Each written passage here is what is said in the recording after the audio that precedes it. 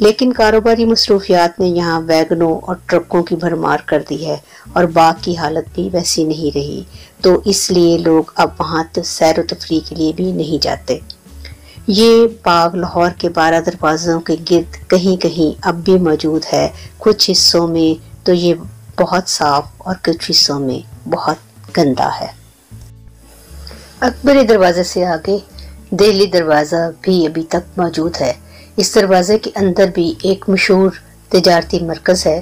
یہ دروازہ بھی بہت خوبصورت ہے، اس کے آثار آج بھی اچھی حالت میں موجود ہیں۔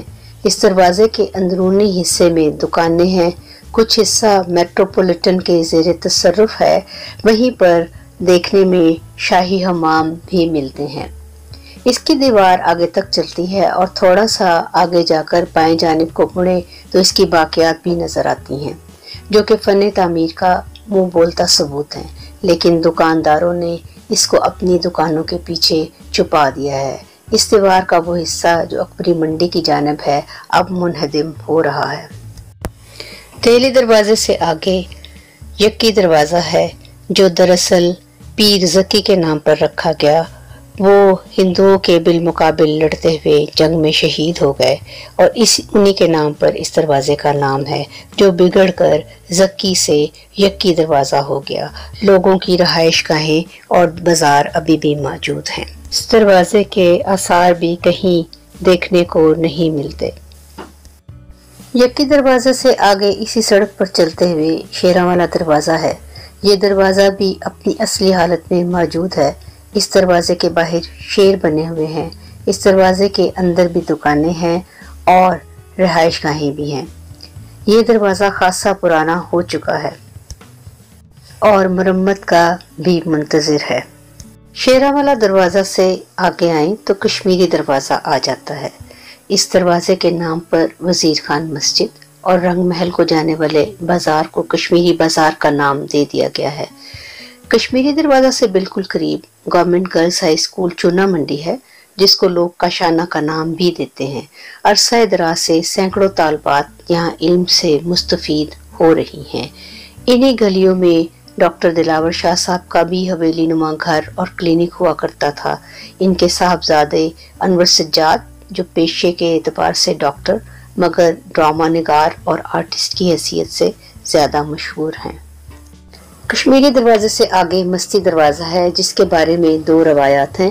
ایک تو یہ کہ اس کا نام مسجدی دروازہ تھا، جس کی نسبت بیگم شاہی مسجد سے ہے، جو اکبر بادشاہ کی والدہ مریم زمانی نے تعمیر کروائی تھی، اور دوسری یہ کہ اس کا نام اس دروازے کے پہرے دار مستی بلوچ کے نام پر مستی گیٹ پڑ گیا ہے۔ اس دروازے کو انگریزوں نے ختم کر ڈالا۔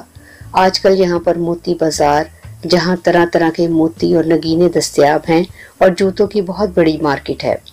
مرد اور خواتین دونوں ہی شاپنگ کرتے نظر آتے ہیں۔ یہیں پر حویلی دھیان سنگھ ہے، جو پہلے FIA کا دفتر تھا۔ اس حویلی کو Nawaz Sharif post graduate college بنا دیا گیا۔ یہاں پر MA کی کلاسز بھی ہوتی ہیں اور بسنت پر ہائی کلاس خوب دھوم دھڑکے سے دل کھول کر بسنت بھی مناتی ہے۔ مستی گیٹ سے آگے روشنائی دروازہ ہے۔ یہ دروازہ قلعے کی دیوار کے ساتھ واقع ہے۔ مغل اور سکھ عہد میں روشنائی دروازہ حکمرانوں، معززین اور مسافروں کے شہر میں داخلے کا اہم راستہ تھا۔ دریائے راوی اس وقت قلعے اور بادشاہی مسجد کے ساتھ ہی بہتا تھا۔ یہ دروازہ دریائے راوی میں کشتیوں پر سفر کرنے والے مسافروں کے لیے رات کو روشن رکھا جاتا تھا، تاکہ مسافر راستہ بھول نہ جائیں۔ اسی لیے اس کا نام روشنائی دروازہ پڑ گیا۔ یہ دروازہ بھی محفوظ ہے اور اپنی اصلی حالت میں موجود ہے۔ روشنائی دروازے سے آگے ٹکسالی دروازہ ہے۔ یہاں پر بدنام زمانہ ممنوع گلیاں، جن کا ذکر انسانی تاریخ میں بہت ہی پرانا ہے۔ غلام عباس کے افسانے آنندی نے ان کی بہترین عکاسی کی ہے، اور مرزا ہادی رسوا نے امراؤ جان ادا کی صورت میں لکھنؤ کی تہذیب کو ہمیشہ کے لیے امر کر دیا ہے۔ ادب اور تہذیب و تمدن سے ان کا گہرا تعلق ہے۔ یہیں پر پاکستانی ٹاکیز کا سینما ہے اور پانی والا تالاب، 9 گزا کا مزار بھی ہے۔ اس بازار میں آپ کو چمڑے کے بہترین جوتے دستیاب ہیں۔ ساز و آواز کے آلات بھی یہیں بنائے جاتے ہیں۔ یہاں پر انواع و اقسام کے کھانے، جن میں المشہور بھجے کے سری پائے ہیں، جن کی اب لاہور میں فضل حق سری پائے کے نام سے دکانیں ہیں۔ ٹکسال کا مطلب ہے سکے بنانے کا کارخانہ۔ ہو سکتا ہے یہاں مغلیہ دور میں ٹکسال ہو، جو بعد میں ٹکسالی کا نام اختیار کر گیا ہو۔ یہاں پر پولیس کا تھانہ بھی موجود ہے۔ ٹکسالی دروازے کے آگے بھاٹی دروازہ ہے۔ بھاٹی دروازہ بھاٹ قوم کے نام پر پڑا، جو محمود غزنوی کے زمانے سے یہاں قیام پذیر تھی۔ مولانا حالی اور علامہ اقبال بھی اسی علاقے میں رہ چکے ہیں۔ برصغیر کے مشہور گلوکار محمد رفیع بھی یہی کے رہنے والے تھے۔ بھاٹی میں ابھی بھی تنگ گلیاں اور ایک دوسرے سے متصل مکانات موجود ہیں۔ یہ دروازہ بھی اپنی اصلی حالت میں ابھی تک موجود ہے۔ یہاں پر داتا صاحب کا مزار موجود ہے اور یہیں پر ان کا عرس لگتا ہے، اور انہی دنوں میں لکی ایرانی سرکس بھی لگایا جاتا ہے۔ لوہاری اور بھاٹی کے درمیان ایک جگہ ہے جس کو موری گیٹ کا نام دے دیا گیا ہے، لیکن یہ باقاعدہ دروازہ نہیں ہے۔ یہ جانے کے لیے راستہ بنایا گیا تھا جو ہندوؤں نے بنایا۔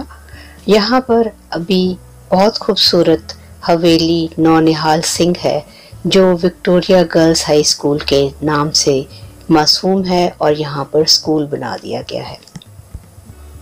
تو یہ تھا لاہور کے 12 دروازوں کا احوال جو میں نے آپ کے ساتھ شیئر کیا۔ یہ ساری باتیں میں نے اس لیے شیئر کی کہ مجھے لاہور شہر سے محبت ہے، اور آپ بھی لاہور سے محبت کرتے ہیں۔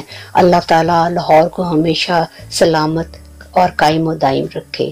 میری ویڈیو دیکھنے کے لیے آپ سب کا بہت بہت شکریہ۔